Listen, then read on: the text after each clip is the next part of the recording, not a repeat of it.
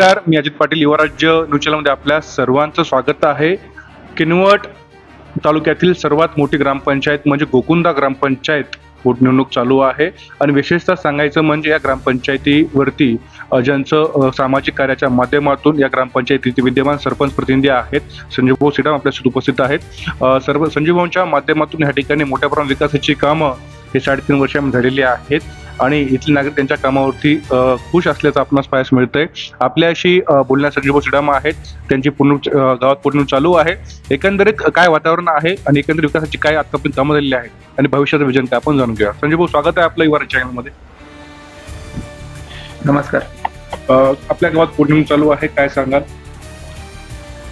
पोटनिवडणूक आमची एक मयत जे ग्रामपंचायत सदस्य होत्या रेखा गंगाराम दांडेगावकर यांचं निधन झालं होतं.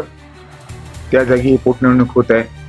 त्यांच्या जागी त्यांच्या मातोश्री या ठिकाणी थांबलेले आहेत. त्याचबरोबर माजी सरपंच शकुंतला खंदारे, माजी सरपंच मनीषा चौधरी हे सुद्धा या रिंगणामध्ये आहेत. आणि जनतेचं कौल काय असेल हे मला माहीत नाही, कारण की ही छोटीशी पोटनिवडणूक आहे. 1.25 वर्षाचा कार्यकाळ बाकी असताना खरं पाहिलं तर ही निवडणूक बिनविरोधच व्हायला पाहिजे होती, परंतु तसं न होता ही निवडणूक होत आहे आणि जनता ज्याला निवडून देईल ते सक्षम असतील असं मला वाटतं. संजय भाऊ, एकंदरीत आपण गावचे सरपंच देखील आहात, तर मागे 3.5 वर्षामध्ये आपल्या माध्यमातून काय काय विकासाची कामं या ठिकाणी झालेली आहेत? एकंदरीत पाहता गोकुंदा गावची लोकवस्ती आज 30,000च्या जवळपास आहे आणि तसं पाहता 2001च्या जनगणनेनुसार 10,000 शासन निर्णयानुसार आहे.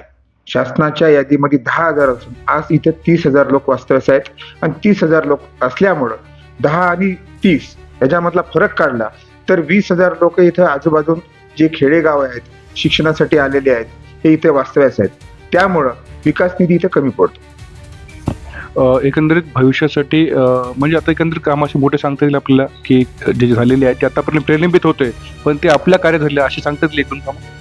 जल जीवन मिशनचं काम चालू आहे, परंतु शासनाकडे निधी नसल्यामुळे सदर काम 14 कोटीचं काम असून सदर काम त्यांना निधी न मिळाल्यामुळे ते ठप्प झालेलं आहे सध्या तरी. आणि दुसरी गोष्ट, या गावाला निधी जितका येईल तितका कमी पडतो, कारण की या गाव इतका विस्तारित झालेला आहे की आज तुम्ही पाहता गोकुंदा गाव हे किनवट शहरापेक्षा मोठं गाव झालेलं आहे आणि इथं दूर दूरपर्यंत लोकवस्ती वाढल्यामुळे प्रत्येक ठिकाणी नाली रस्ते करणे आणि त्यांना पिण्याच्या पाण्याची सुविधा उपलब्ध करून देणे, दिवाबत्ती करणे यासाठी खूप मोठ्यामध्ये निधीची गरज असते, परंतु आम्ही काहीतरी कमी पडतो. याचं कारण आहे की निधी कमी पडतो, त्यामुळेच आपण इथं खंचून जातो.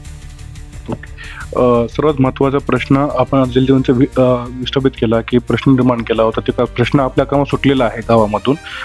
त्यासोबतच या ठिकाणी आरोग्याचा प्रश्न असेल, विविध जे प्रश्न होते तुमच्या काय सुटलेले आहेत लोकांच्या माध्यमातून.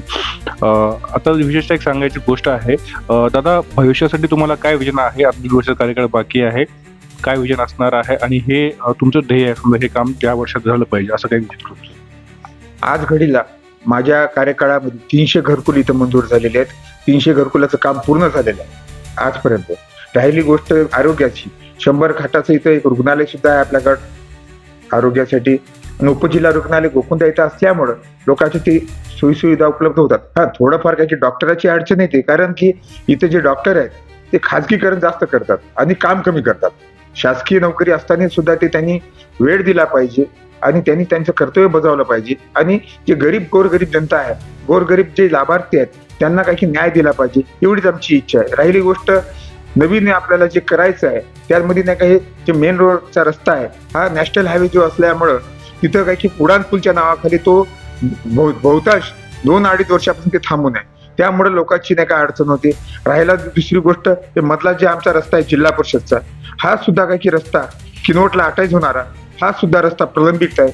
हे रस्ता सुद्धा झाला तर नाही का नागरिकाला चांगल्या सुविधा होतील, कारण की आज काही इतका धूळ हे आहे की रस्त्याला चलता काही की नाही प्रत्येकाच्या नाकामध्ये धूळ जातो. त्यामुळे काही गंभीर आजार होण्याची शक्यता आहे. त्यातले त्यात जे बुजुर्ग आहेत, जे वडीलधारे आहेत, त्यांना तर काही खूपच जास्त त्रास आहे. त्यामुळे हा काम लवकरात लवकर व्हावं हीच आमची इच्छा आहे. ओके, शेवटचा प्रश्न, उद्याला ग्रामपंचायत पूर्णचं मतदान होत आहे, मतदार बांधवांना काय आव्हान असणार आहे? मतदार बांधवांनो, तुम्ही तुम्हाला जे चांगलं वाटेल आणि तुम्हाला जे अपेक्षित वाटेल, मी आजपर्यंत गोकुंदा ग्रामपंचायतीमध्ये ज्याप्रमाणे सर्वांची सेवा करण्याचं काम केलं, लोकांच्या शिवा खाल्ल्या आपण, आणि प्रत्येक गोष्टीमध्ये आपण नाही काय पुरू शकत नाही, हे मला मान्य आहे. कारण की परिवारामध्ये आपण एकाला कपडे घेतले तर दुसऱ्याला कपडे भेटत नाहीत, हे सुद्धा माहित आहे मला. परंतु आपल्याला जे वाटेल की बाबा 1.25 वर्षामध्ये किंवा या 1.5 वर्षामध्ये आपल्याला जे चांगल्या पद्धतीने सेवा देऊ शकेल, येणाऱ्या भविष्य काळामध्ये त्याला पुन्हा जर निवडणूक लढवायची असेल तर त्याने चांगलं काम करण्याची त्यांची अपेक्षित जी बुद्धी असेल, त्यामुळे तुम्ही काही एका सुज्ञ माणसाला किंवा सुज्ञ बाईला निवडून द्यावे, अशीच माझी इच्छा आहे.